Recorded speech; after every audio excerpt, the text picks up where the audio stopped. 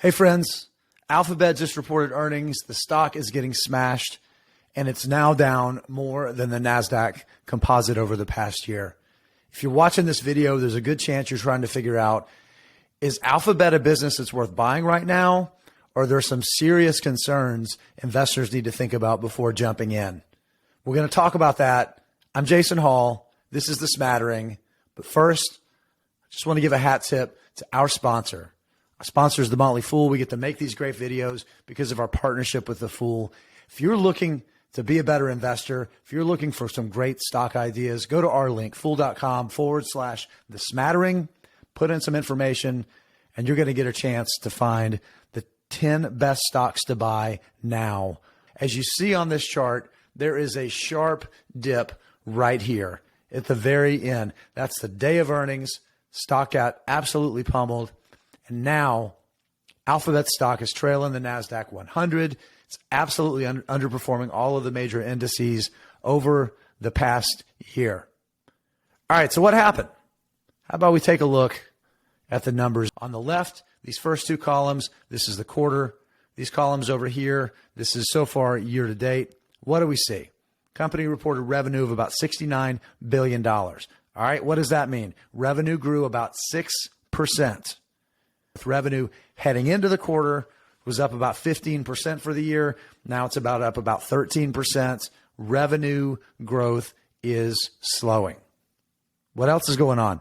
Expenses are still high. Cost of revenues are up. R&D spending is up. Sales and marketing spending is up. Hey, those are not positive trends. All right. We're going to peel the layers back a little bit. One of the things that's really nice that Alphabet does is they do give us a little bit of a look inside some of its core businesses. Number one, right here at the top, Google search revenue continues to grow. The second line here, YouTube's ad business, this is not great. YouTube has been expected to be a big driver of growth for the company. YouTube ads business actually declined. Ads revenue at YouTube declined. Now, I want to put a little caveat here. YouTube has put a lot of focus on YouTube Premium, its premium service, growing that user base. It's going to reduce the ad revenue on YouTube. One of the major benefits of YouTube Premium is you don't get served ads. Now, here's the thing. We don't really know how many members, how many subscribers to YouTube Premium there are, or what that revenue number is. That is not something that Alphabet is telling us, okay? It's buried somewhere in these other lines of businesses, maybe over here in Google Other. We don't know for sure. Let's keep moving down the track here, and you see next we have Google Cloud. Google Cloud is still growing at a very rapid rate. That's really important. It's a high margin business. Google continues to put resources into it and to grow it, and it's really good that we see that number continuing to grow.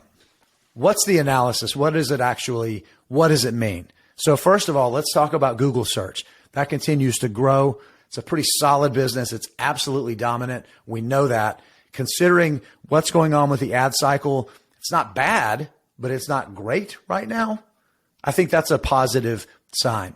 Now, Google Cloud, again, I've said that looks fantastic. Continues to grow, continue to establish and take market share in a very high growth area. The cloud is going to continue to expand. It's a multi-billion-dollar industry that only will continue to get larger over the next 5 to 10 years. So I think it's going to continue to become more and more important for Alphabet. Now, YouTube, that YouTube ads business declining, I'm not going to say I'm worried about it, but I'm sure paying a lot more attention to it. Seeing that number decline's a little bit concerning, even with the emphasis that YouTube has been putting on YouTube Premium, which serves to remove those ads from the YouTube experience. But it's opaque. We don't know what that YouTube Premium number is. We don't know, right? And again, YouTube's growth, one would think over time, should be enough that even with the uptake of Premium, that ad revenue would continue to expand. So I'm going to be paying a lot of attention to it to see if has it reached maturity sooner than we expected, or is it going to return back to growth? Only time is going to tell us on that. So let's take another look at a couple of metrics. So we think the business is pretty solid, right? Growth is slowing. So I think it's more cyclical than a bigger trend.